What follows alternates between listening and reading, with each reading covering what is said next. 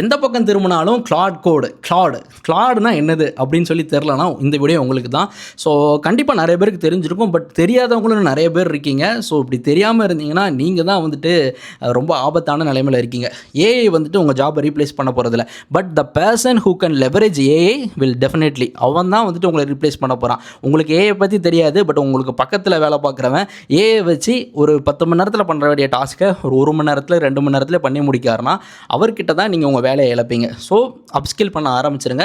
எனக்கு கிளாடுனா என்னன்னே தெரில, பட் நானும் ஸ்டார்ட் பண்ணணும் அப்படின்னு நினச்சிங்கன்னா நான் வந்துட்டு ஆரம்பிக்கும் போது நான் ஒரு டேரெக்டாக ஒர்க் பண்ண ஆரம்பிச்சிட்டேன்.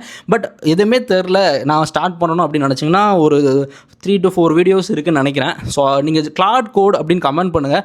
டேரெக்டாக அது உங்கள் டிஎம்கே வந்துடும். நான் அந்த வீடியோஸ் பார்த்தீங்கன்னா ஒரு ஐடியாவும் இல்லாட்டினா எப்படி செட்டப் பண்ணுறது, ஸ்டார்ட் பண்ணுறது, அதோட கேப்பபிலிட்டிஸ் என்னன்னு சொல்லி புரிஞ்சுக்கலாம். ஸோ ஆரக்கிள் இப்போ ரீசெண்டாக லே ஆஃப் பண்ணியிருந்தாங்க. அந்த லே ஆஃபில் வந்துட்டு அவங்க மெயில் எப்படி தெரியுமா இருந்துச்சு, நீங்கள் ஃபயர் பண்ணிட்டீங்கன்னு சொல்லி போடலை, your role has been eliminated. So ஒரு குறிப்பிட்ட ரோல்ஸ் வந்துட்டு ரொம்ப மோசமான நிலையில் இருக்குது, விச் இஸ் ஆப்ரேஷனல், சப்போர்ட், மேனேஜ்மெண்ட்னு சொல்லுவாங்க. ஒரு ப்ராடக்ட் முடிஞ்சிருச்சுன்னா அதை அடுத்த லெவலுக்கு கொண்டு போகிற அந்த இடம் இருக்குல்ல, ஸோ அந்த மாதிரி விஷயங்கள் வந்துட்டு இப்போ ரொம்ப ரீப்ளேசபிளாக இருக்குது. So if you are in that domain, so start working on your self. So இந்த மாதிரி வீடியோ பார்க்கணும்னு நினச்சிங்கன்னா ஃபாலோ பண்ணிக்கோங்க.